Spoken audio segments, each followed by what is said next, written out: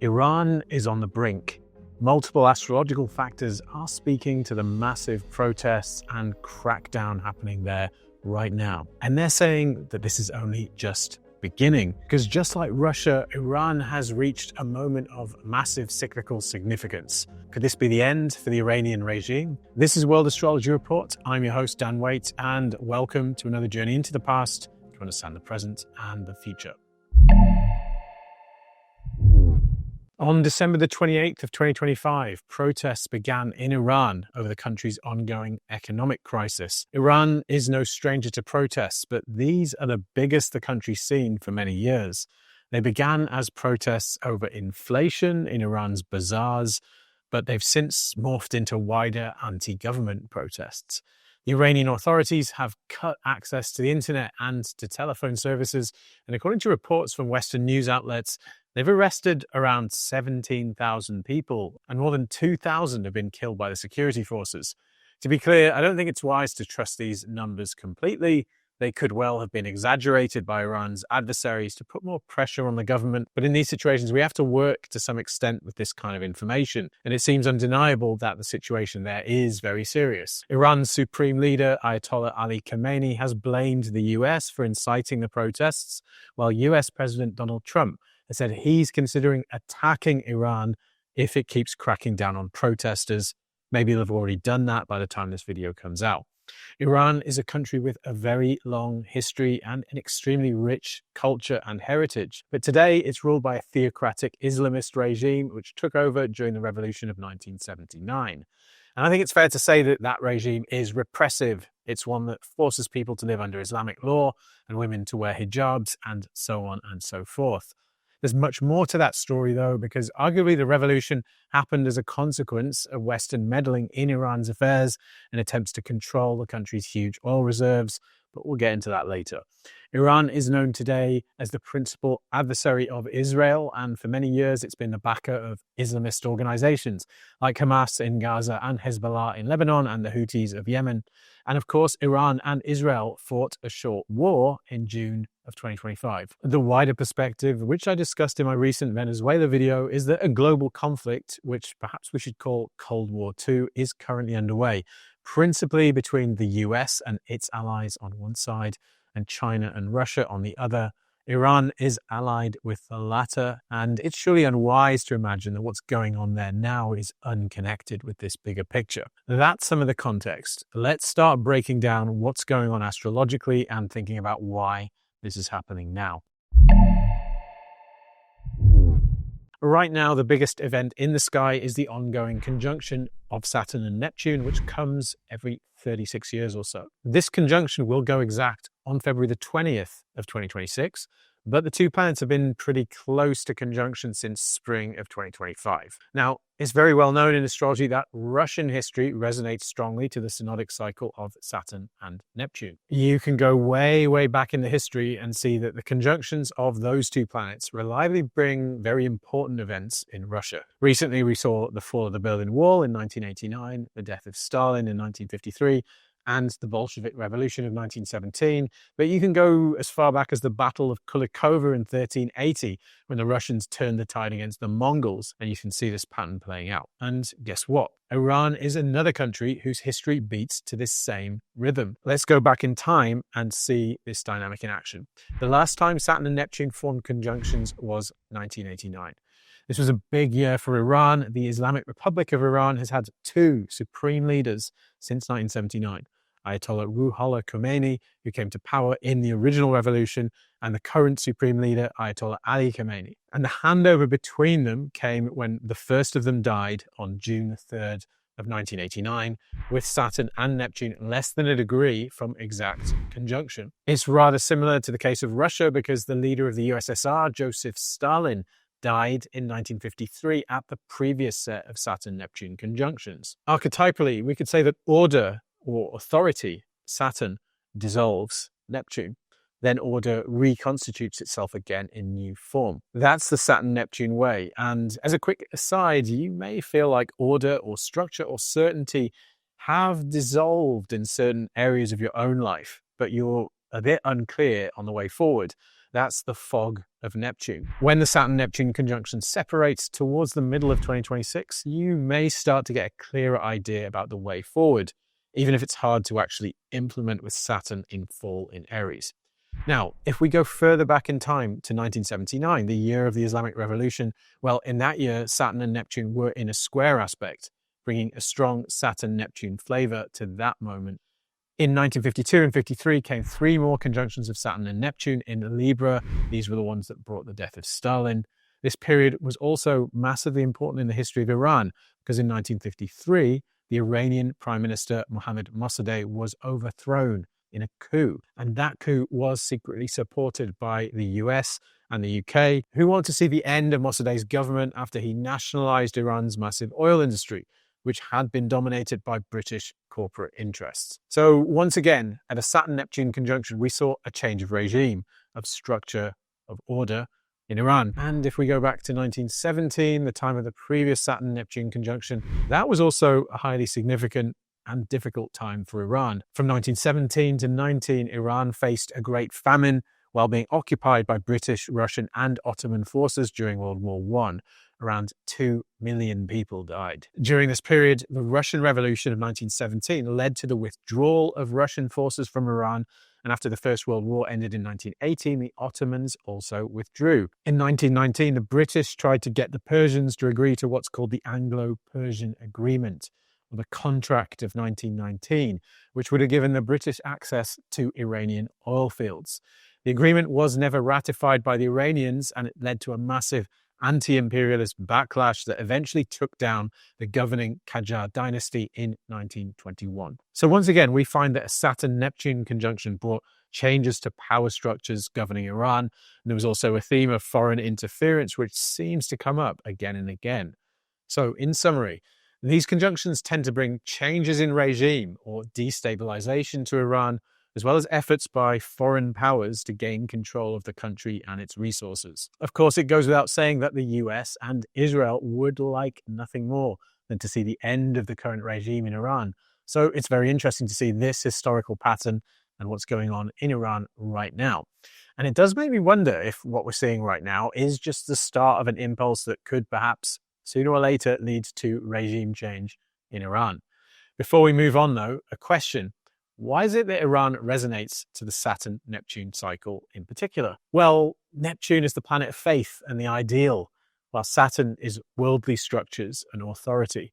Saturn and Neptune in combination relates to communism and socialism, which are attempts to bring a quasi-religious ideal into reality. The Iranian theocratic regime could be seen as a different expression of this same dynamic, since it's a regime headed by religious leaders. And I'm really just speculating here, but perhaps more generally, there's something in the Persian soul that has to do with the urge to bring spiritual or mystical ideals into manifestation. But Saturn and Neptune isn't the only factor speaking to what's happening. It seems these events may also be a parting gift from Uranus, the planet of revelation and rapid disruption, as it leaves the sign of Taurus for the final time this cycle.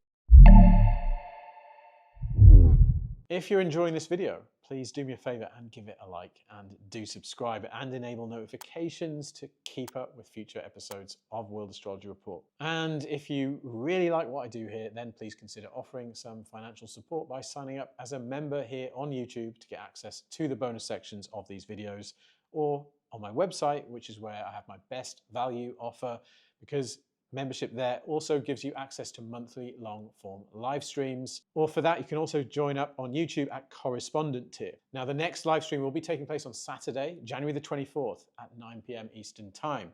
And it will be about how to apply the extremely powerful Hellenistic timing technique, zodiacal releasing, to mundane astrology. Thanks for listening, and now back to the video. I've been half expecting something like this to happen in Iran around this time for a few reasons. One of them is just that it would make sense that the US and Israel would be agitating for something like this to happen, assuming that they have a hand in it, which I think is probably to some extent a safe assumption. But another is astrological, and it has to do with what we call the Geodetic map, which divides the world up into sectors, each associated with the signs of the zodiac. Here's that map, and you can see that most of Iran is in the part allocated to the sign of Taurus. although some of the most easterly parts of the country are in the Gemini zone. Astrologers in the past would associate particular signs with countries. Interestingly, William Lilly, the famous English astrologer of the 17th century, specifically associated Persia, aka Iran, with Taurus, although this was before that geodetic technique had even been dreamed up, at least to my knowledge. So the idea that Iran resonates to the sign of Taurus has been in the astrological tradition for a long time, and the geodetic map also confirms this. To be clear, like all countries, Iran also resonates to other signs too, but Taurus is one of them. Now, in 2018, Uranus, which is a highly disruptive influence, moved into Taurus for the first time this cycle. When Uranus moves through a sign, countries that resonate to it are going to be disrupted or reconfigured or freed up, depending on the conditions there. Uranus particularly dislikes rigidity, and I think it's fair to say that the Iranian Islamist regime displays a lot of that. Now, just look at the countries in the Taurus zone and think about wars of recent years. Since 2018, we've seen conflicts in Ukraine, Israel, Palestine, Lebanon, Yemen, Ethiopia, Armenia, and Azerbaijan, and Sudan, to name just some of them. All of these places have been in line for Uranian disruption and reconfiguration. To be clear, Uranus doesn't always bring war, but it often can. It seems to move countries into more freewheeling, libertarian, right-wing ways of being as well. It can bring movements pushing for freedom and attempts to disrupt overly restrictive or sclerotic state structures. So I've been expecting for a while that Uranus in Taurus would bring serious disruption to Iran, either in the form of war or revolution or both. Of course, in June of 2025, we saw the short conflict between Iran and the US and Israel. And right now, Uranus is making its final run through the last degrees of Taurus. It's currently retrograde in the 28th degree of that sign. It's getting ready to station direct on February the 4th in that same degree. Uranian energy is currently emphasized, particularly for Taurus placements. And this is also not a nice place to have Uranus stationing direct, because it's pretty close to the fixed star Algol, the Medusa's head, which often brings horror stories of different kinds, or themes involving the suffering of women and their overcoming of it. In the story of the Medusa, she was originally a beautiful woman who was violated by the god Poseidon in Athena's temple. The goddess Athena doesn't punish Poseidon, but Medusa, transforming her into a hideous monster. As we saw earlier, Iran has already seen more than 2,000 deaths in the protests, if Western media reports are to be believed. That's very Algol. And we've also seen striking images coming out of female protesters. For example, Iranian women have reportedly been posting pictures of themselves without hijabs, lighting cigarettes with burning images of Ayatollah Khamenei. That feels very Algol to me, a star that signifies female rage at injustice, among other things. Uranus's influence is actually going to grow over the next few weeks as it gets closer and closer to its direct station and starts to move forward. On April the 26th, it will leave Taurus for Gemini for the final time this cycle, so its Taurus transit will be done. So it seems that this final move of Uranus through the last degrees of Taurus is bringing this Iranian uprising as a kind of parting gift, something that often happens when a planet finishes its transit through a sign. But that's not all, because we're also heading into eclipse season, and there are some fascinating patterns involving eclipses and major events in the history of Iran. There are two natal charts that tend to be used for Iran, and they are both moments in 1979 that relate to the revolution of that year. The first is taken for the moment that the previous supreme leader, Ayatollah Khamenei, returned to Iran from exile in France. It's time for the 1st of February 1979 at 9:33 a.m. in Tehran, and it has 4 degrees of Aries rising. You may be aware that there's a ton of Aries activation this year, including the coming Saturn-Neptune conjunction in Aries in February. The other chart is timed for the moment when the revolution had succeeded and Khomeini declared the establishment of the Islamic Republic of Iran on April the 1st of 1979 at 3 p.m. in Tehran. You always have to backtest charts against what's actually happened in history to see if they work. I've done that with both of these Iran charts over the years, and I think that both do work to some degree. However, if I had to choose one, I'd choose the declaration chart.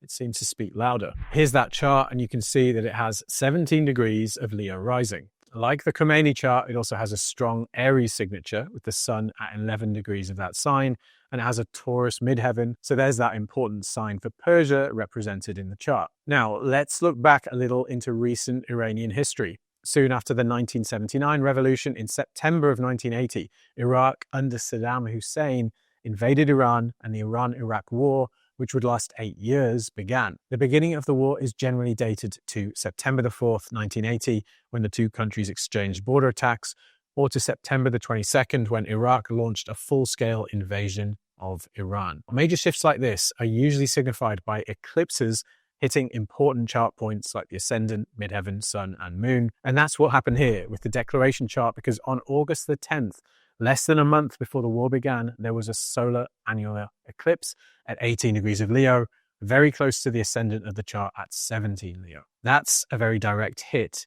the kind that you'd usually expect to bring very significant changes. The ascendant opposes the descendant and the seventh house, which is the house of open enemies. So it's not hard to see how this eclipse brought conflict, especially since there's a Mars-Pluto conjunction in its chart. And actually, if you look back at Iran's history, you see that eclipses in the Leo-Aquarius axis reliably bring big shifts in Iran. Perhaps the biggest protests in Iran's history, besides the 1979 revolution itself, came in 2009 in what was called the Green Movement. On June the 15th, 2009, up to 3 million people rallied in Tehran to protest against allegations of fraud in the election of then-President Mahmoud Ahmadinejad. In 2009, eclipses were taking place in the Leo-Aquarius axis, as they are this year. On February the 9th of that year, there was a lunar eclipse at 20 degrees of Leo, which is very close to the ascendant of Iran. The moon in mundane astrology is the signifier of the people of the country, and lunar eclipses often bring events involving the masses, including protests. That lunar eclipse would still have been in effect come June 2009, when the protests began. And for good measure, in July, there was a solar eclipse at 21 degrees of Cancer, right on the Jupiter of the chart. Jupiter brings people and things together. Interestingly enough, back in 2009, there was a conjunction of Mars and Venus, as there has been in early January of 2026. On June the 15th, that Mars-Venus conjunction was right on the midheaven of the Iranian natal chart. I did a lot more back testing of the charts, but that's all I want to show you now. The point is, this chart works. And guess what? It's coming under a lot of pressure right now. The first and most obvious signifier of what's going on at the moment in Iran is the position of Saturn and Neptune right now. Saturn is currently at 27 degrees of Pisces, which is the degree of Mercury in the chart of Iran. What's more, Mercury is conjunct fiery, warlike Mars in that natal chart, and when this Mercury-Mars conjunction has been triggered in the past, we've often seen protests and riots in Iran. Mercury is the messenger, the communicator, and Mercury is seen as debilitated quite severely in Pisces. Free speech is not exactly a specialty of Iran's theocratic regime. And now, with a transit from Saturn to Mercury, we've seen the Iranian regime cut internet and phone services in a bid to throttle the protests.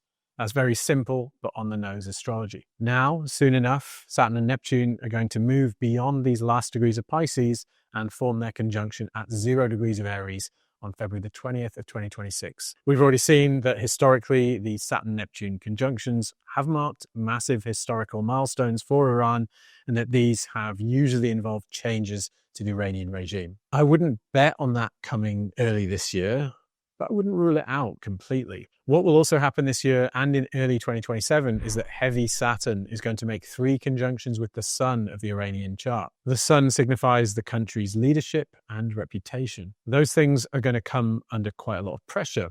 The first of those conjunctions comes on May the 19th of 2026, the second in October, and the third and final one in February of 2027. The last time Saturn conjoined the sun of this chart was April the 7th of 1997. And at this time, Iran's reputation took a big hit, because on April the 10th of 97, a German court found 4 men guilty of carrying out killings of Iranian dissidents on behalf of the Iranian state at a restaurant in Berlin in 1992.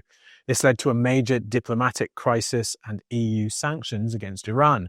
So we can expect that once again, the Iranian leadership and reputation is going to come under a lot of pressure. And there's also another difficult signature in Iran's chart, which is a pressurized and tense T-square of the Moon, Venus, and Saturn.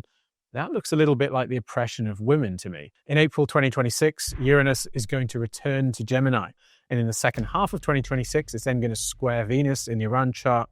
And then in 2027, it will heavily stimulate the Venus-Moon-Saturn T-square in the chart. So all of this seems to signify a lot of turbulence in Iran. And I think it's quite likely that foreign powers like the US and Israel will also intervene in Iran in an attempt to further destabilize the country and bring down the Islamist regime. I have other reasons for thinking that, in particular Iran's 2026 Aries Ingress chart, which is a chart that gives us an outlook for Iran's coming year, beginning at the spring equinox 2026. That chart suggests to me that war could be on the horizon. In the bonus section of this video, we look at that chart and we get further into trying to foresee what could be coming down the pipe for the country. That's it for now. Thanks for watching and see you again on this channel very soon.